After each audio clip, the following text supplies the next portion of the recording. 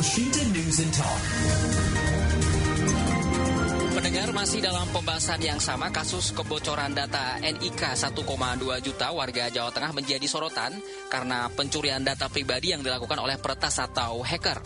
Menanggapi hal tersebut, Kepala Ombudsman RI Perwakilan Jawa Tengah, Siti Farida, meminta Dinas Sosial atau Dinsos Jawa Tengah segera membuka posko pengaduan bagi masyarakat bagi masyarakat luas yang diduga menjadi korban kebocoran 1,2 juta data pribadi warga pada Kamis 16 Juli kemarin. Selain membuka posko, Farida juga menghimbau agar Dinsos segera berkolaborasi dengan Dinas Komunikasi dan Informatika atau Kominfo Jawa Tengah guna memperkuat sistem keamanan digital secara komprehensif. Seberapa penting pembukaan posko pengaduan dalam penanganan dugaan kebocoran data 1,2 juta warga Jawa Tengah ini, dan bagaimana dengan data yang sudah terlanjur bocor? Kita akan berbincang selengkapnya, maksud kami, dengan Kepala Ombudsman RI Perwakilan Jawa Tengah, Siti Farida. Elshinta News and Talk. Selamat siang, Bu Farida. Selamat siang, Mas Akbar. Bu Farida, ini kan publik ya ramai ini membahas terkait dengan kebocoran data pribadi. Ini bagaimana Ombudsman Perwakilan Jawa Tengah ini melihat kronologi ya penanganan kasus ini, Bu Farida? Baik, kami tentu memahami dan juga mengikuti ya, monitor bahwa ini sedang menjadi satu kasus penegakan hukum. Tapi di sisi lain kami melihat bahwa data yang ada di Dinsos ini kan sangat berkaitan dengan data dari kalangan kami sebutkan kelompok rentan, karena data yang dikelola oleh Dinsos ini kan berkaitan dengan penerima bantuan sosial atau mungkin juga penerima manfaat dari intervensi pengentasan kemiskinan. Artinya mereka adalah kelompok yang rentan. Kelompok rentan itu adalah mereka yang secara informasi maupun secara mobilitas memiliki keterbatasan. Nah, sehingga kenapa kami mendorong pentingnya adanya posko pengaduan. Karena itu ketika katakanlah masyarakat secara umum barangkali mereka cukup well informed, mereka punya akses, sehingga mereka juga barangkali memiliki satu mobilitas yang cukup untuk katakanlah memitigasi risiko atas bocornya data ini. Nah, karena mereka adalah kelompok rentan, maka kami memandang penting bagi perangkat daerah yang dalam hal ini Dinas Sosial maupun juga termasuk Dinas Komdigi untuk secara khusus memperhatikan keamanan dari atau korban dari data ini. Betul bahwa di sisi lain perangkat daerah juga menjadi korban. Nah, justru itu karena perangkat daerah juga menjadi korban, maka perangkat daerah penting untuk menggunakan sumber dayanya, menggunakan kewenangannya untuk berkoordinasi dengan pihak-pihak, sekaligus juga dalam rangka perlindungan kepada kelompok rentan. Bukan berarti ketika sama-sama korban, kemudian tidak bisa melakukan hal-hal perlindungan kepada kelompok miskin ini. Demikian Mas Akbar, maksud kami yang kemarin menyatakan pentingnya posko pengaduan sebagai perlindungan data kepada kelompok rentan. Baik, Bu Farida, ini bagaimana Bu dengan data yang sudah terlanjur bocor gitu ya? Ini langkah apa sih yang seharusnya dilakukan pemerintah ya untuk meminimalkan nanti potensi penyalahgunaannya data tersebut? Baik, ini yang tadi kami maksudkan ada langkah-langkah koordinasi mitigasi. Misalnya katakanlah yang paling memungkinkan disalahgunakan itu adalah misalnya untuk registrasi nomor seluler. Maka hemat kami bisa dilakukan koordinasi dengan katakanlah operator-operator seluler, apakah ada data-data yang berasal dari katakanlah tindak pidana tersebut. Yang kedua juga khawatir juga ini sangat rentan digunakan untuk pinjol, maka bisa berkoordinasi dengan OJK. Jadi sekali lagi, Pak, dalam hal ini pemerintah penting untuk melakukan mitigasi. Ya tadi, karena apa? Karena korbannya adalah kelompok rentan atau kelompok miskin. Tadi udah ada operator ini kan dalam koordinasi Komdigi ya, jadi ada kewenangannya juga. Dan kalau OJK tentu sebagai lembaga negara, kementerian lembaga pasti juga harus melakukan koordinasi dengan Dinas Sosial. Demikian Mas Akbar salah satunya. Baik, ini terkait dengan bentuk posko aduan ya yang dijelaskan tadi sama Bu Farida. Tentu ini perlu adanya mekanisme ya Bu yang jelas tentunya agar masyarakat juga mudah mengaksesnya. Lantas bagaimana untuk seperti apa ya idealnya untuk disediakan posko ini agar masyarakat yang bisa juga paham untuk kita bisa mengadu gitu ke posko pengaduannya Bu Farida? Baik, posko pengaduan ini kan tidak harus membuat hal yang baru, instrumen baru. Misalnya kan sekarang udah ada lapor group. Nah, lapor group tinggal kayak semacam notifikasi aja bahwa bagi para korban dari kebocoran data silahkan menyampaikan pengaduan melalui lapor group. Tapi secara khusus dimonitor oleh Dinas Sosial dan juga Komdiji. Atau katakanlah mungkin notifikasinya langsung terkonek dengan Komdiji dan juga dengan Dinas Sosial. Atau bahkan juga selain ke lapor group, saya juga menyampaikan pengaduan ke Ombudsman. Kalau itu sih otomatis ya, karena semua pengaduan terkait dengan pelayanan publik juga bisa menyampaikan pengaduan ke Ombudsman.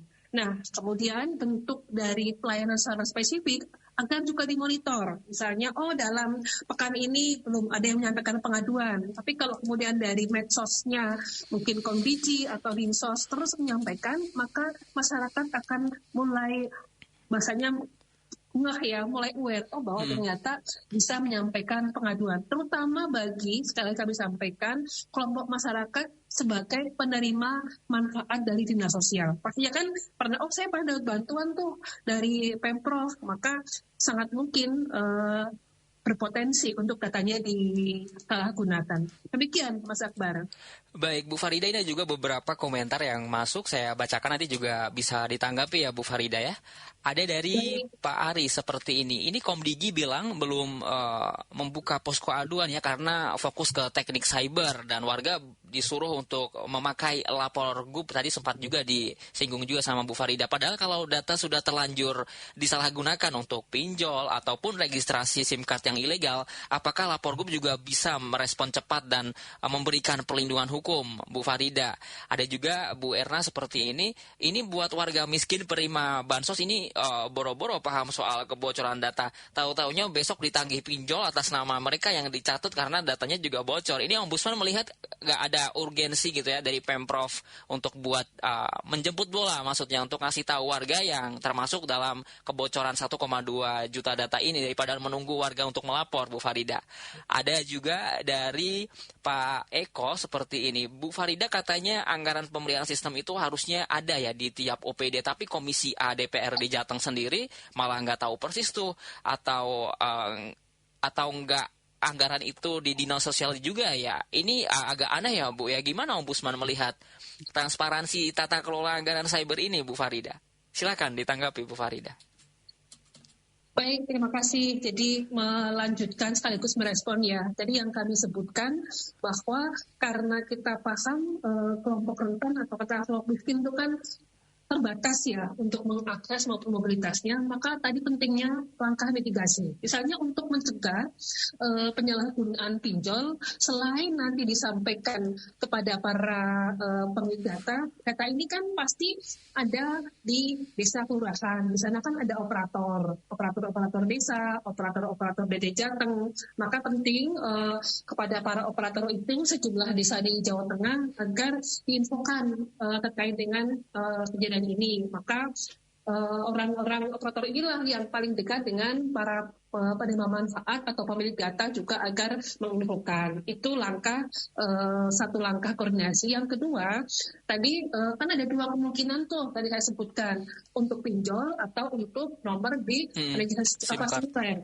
Maka untuk yang pinjol penting segera berkoordinasi dengan OJK. OJK kan mengawasi pinjol. Kemudian terkait dengan nomor seluler, penting juga berkoordinasi dengan operator seluler. Apakah dari 1,2 data ini kan ada tuh datanya, ada yang salah gunakan. Nah, berbagi tugas. Misalnya Komdiji melakukan apa, Dinsos melakukan apa.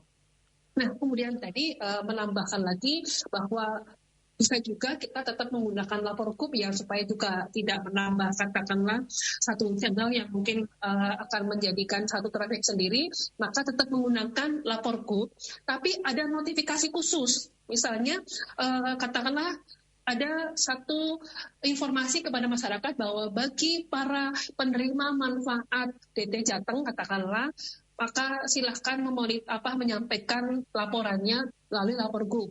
Jadi bisa perorangan, saya juga melalui operator desa yang sifatnya tadi memfasilitasi.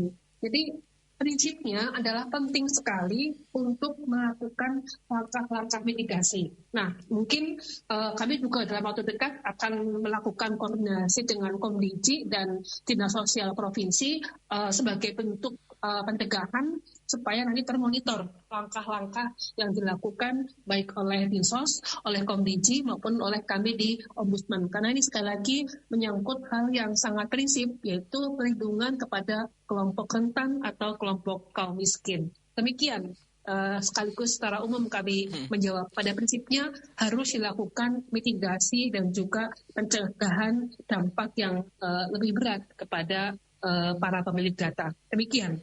Baik, tadi sempat juga disinggung terkait dengan kolaborasi antara Dinas Sosial kemudian Komdigi Jateng ya untuk memperkuat terkait kasus ini. Mungkin seperti apa sih bentuk koordinasi yang ideal agar penanganan kasus ini tidak berjalan sendiri-sendiri, tetap terintegrasi gitu, Bu Farida?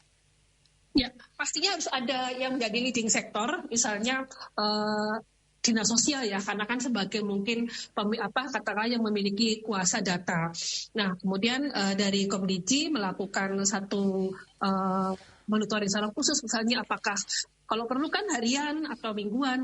Nah, tadi juga kami menyebutkan tentang tata kelola. Ini sekaligus juga pentingnya memastikan tata kelola keamanan cyber. Nanti kan bahkan tidak hanya Dinas Sosial, bahwa Dinas Komdiji sebagai katakanlah leading sektor untuk digitalisasi seluruh perangkat daerah di Pemprov Jawa Tengah itu juga sekaligus melakukan evaluasi terkait dengan tata kelola keamanan cyber. Jadi betul tadi fokus kepada keamanan cyber, tapi juga pada saat yang sama ini juga perlu dikolaborasikan menjadi satu koordinasi supaya hal-hal katakanlah kita kan kalau bahasanya orang Jawa ini kan nututi layangan pedot ya. Jadi jangan sampai yang sudah putus layangannya nanti akan semakin besar dampaknya. Demikian, ini sekaligus momentum bagi Komdiji untuk memperkuat data pengamanan data. Karena selain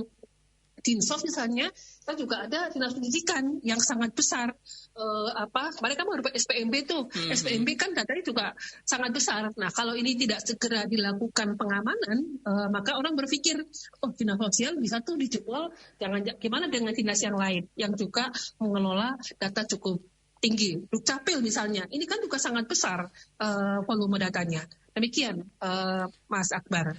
Baik, Bu Farida, ini kan meski kebocoran data, ini kan yang meski dinas sosial ya ini sebagai korban peretasan, masyarakat tentunya juga berharap ya apa bentuk pertanggungjawaban sebagai penyelenggara pelayanan publik. Ini bagaimana Ombudsman ya memandang atau mencermati tanggung jawab instansi pemerintah ya dalam memberikan perlindungan terhadap data pribadi masyarakat yang mereka kelola, Bu Farida?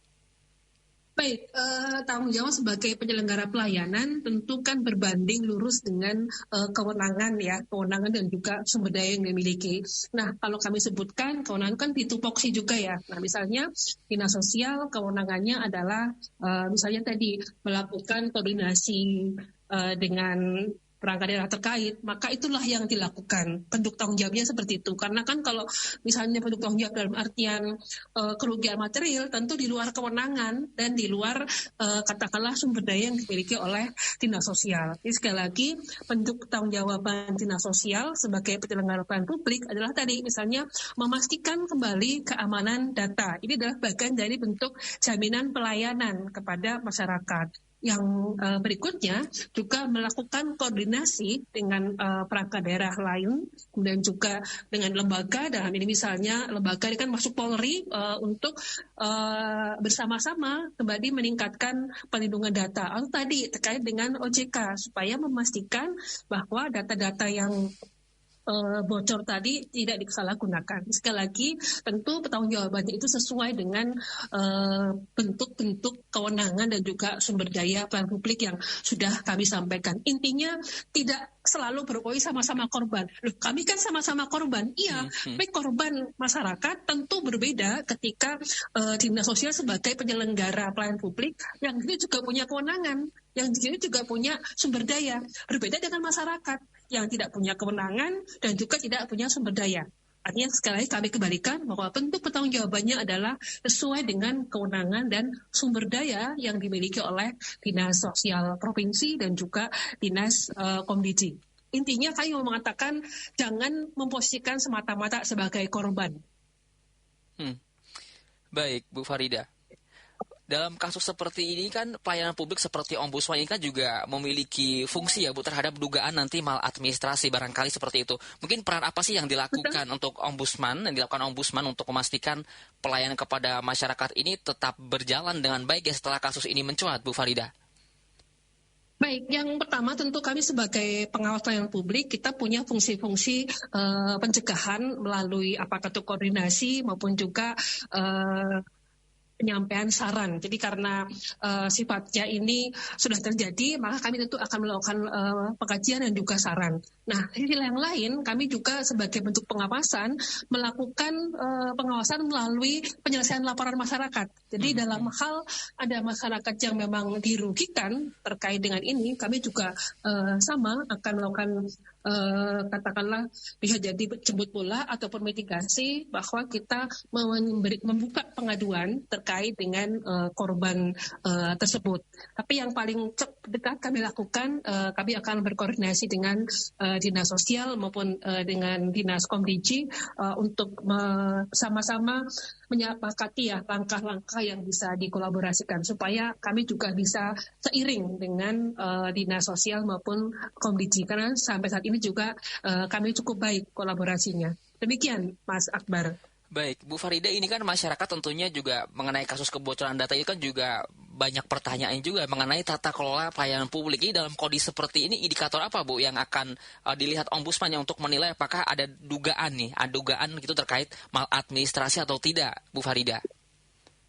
Baik, kalau terkait dengan pelayanan publik kan ada yang namanya satu standar pelayanan publik yang namanya jaminan pelayanan. Termasuk jaminan karena pelayanannya secara digital, maka kita melihat jaminan pelayanan terkait dengan keamanan digital ini yang sedang nanti kami koordinasikan. Apakah memang ada hal yang perlu diperbaiki terkait dengan keamanan data tersebut, kita tentu masih harus mencermati lebih jauh. Tapi sekali lagi ini menjadi materi pengawasan kami di Ombudsman Jawa Tengah. Nah, kebetulan juga kami setiap tahun melakukan penilaian pelayanan publik. Dan untuk tahun ini, baru pertama kali kita akan secara khusus menilai Dinas Sosial Provinsi Jawa Tengah, termasuk katanya dengan jaminan pelayanan. Ini akan menjadi salah satu atensi kami. Demikian, Mas Akbar.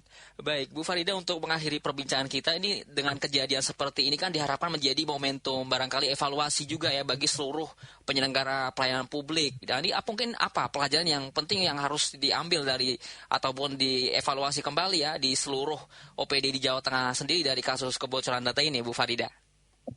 Baik, karena kita kan juga sekarang memasuki era pelayanan secara digital.